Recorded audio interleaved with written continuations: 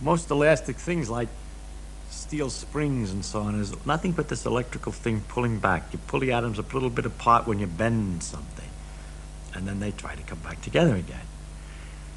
But rubber bands work on a different principle. There's some long molecules like chains, and other little ones that are shaking all the time, that are bombarding them, these chains. And the chains are all kind of kinky and knocked about and shake. When you pull open the rubber band, the strings get straighter. But these strings are being bombarded on the side by these other atoms trying to shorten them by kinking them. So it pulls back. It's trying to pull back, and it's pulling back only because of the heat. So if you heat a rubber band, it'll pull more strongly. For instance, if you hang a weight with a rubber band and put a little match to it, it's kind of fun to watch it rise the way it heats more. And there's another thing you can check that this idea is right, that it's heat that drives a rubber band. If you pull the band out, just like when we push the piston in the gas, if you pull the band out, the tightening string hitting those molecules makes them move faster, and so it's warmer.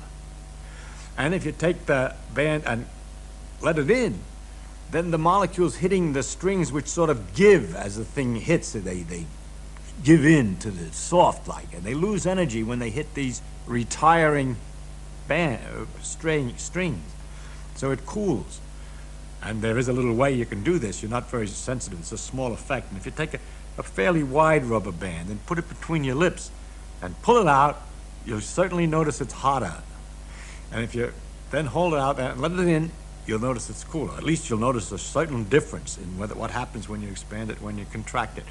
And I've always found rubber bands fascinating, to think that when they're sitting on an old package of papers for a long time, holding those papers together, it's done by a perpetual pounding of the atoms against these chains to hold it, trying to kink them year after year. Well, rubber bands don't last that long, but anyhow, for a long time, trying to hold this whole thing together.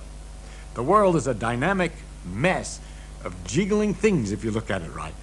And if you magnify it, you can hardly see anything anymore because everything's jiggling and they're all in patterns and they're all lots of little balls. And it's lucky that we have such a large scale view of everything that we can see them as things without having to worry about all these little atoms all the time.